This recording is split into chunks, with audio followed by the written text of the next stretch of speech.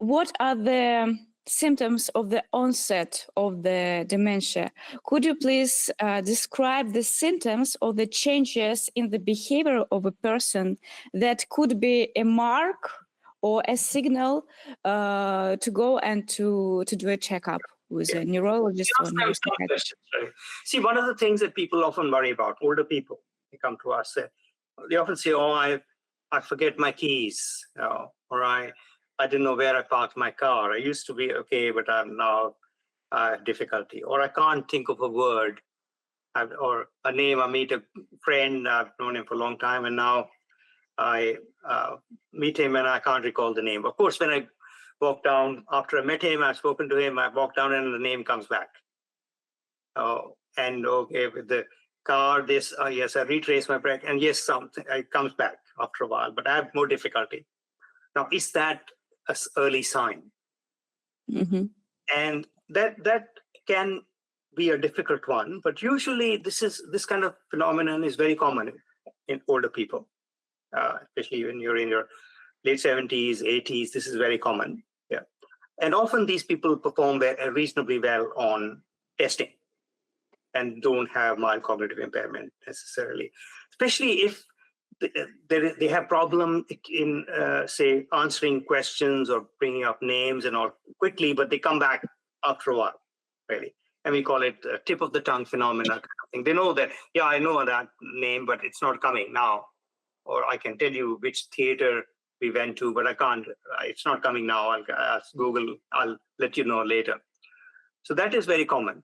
But when they, the kind of thing that worries us is people's families say that he started asking us the same questions over and over again, or he tells the same story. Or no, he doesn't remember that he's already told us that, or he forgets his appointments, even though he had made this appointment only a few days ago. The doctor, he forgot completely about it.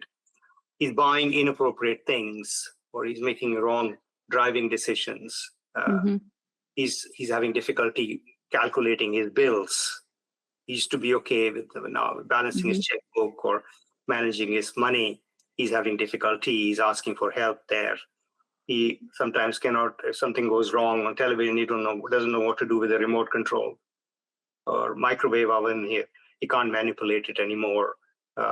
He sometimes even forgets what month of the year it is, or he's becoming less interested. He used to be very interested in this hobby or that. He was collecting this. Now he seems to be losing interest, and we think that overall his memory is not good. Really, yeah. So those are the things that start worrying us, that this is something which is out of the ordinary. I get this question asked many times. Hey, Dr. Singh, I've got mild cognitive impairment. What are my chances of developing dementia? It's really a hard one to answer. So I wonder if there is any role of biological markers in identifying who could actually develop it. And can you tell a bit more about biological markers? The first point is that if you look at people with mild cognitive impairment, and if you establish the diagnosis reasonably well, and by that I mean that you have shown that these persons have impaired cognition to a mild degree. Functionally they are okay, but they have cognitive impairment. Yeah, it's not just a subjective report. Yeah, so by testing. So those are the three things we need in mild cognitive impairment. Firstly, if the patient complains that something is wrong with my mental cognitive functioning, then you test and you find some impairment, mild impairment. And then you say that, look, they are functioning normally, still independently.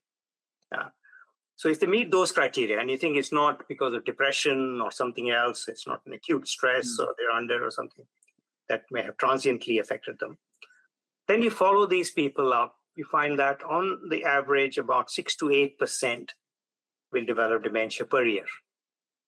So you follow them over a long period of time, you find that a lot of them will develop dementia. Now, what you could do is you could do some biomarker testing on them. Of course, you certainly check them for any reversible factors.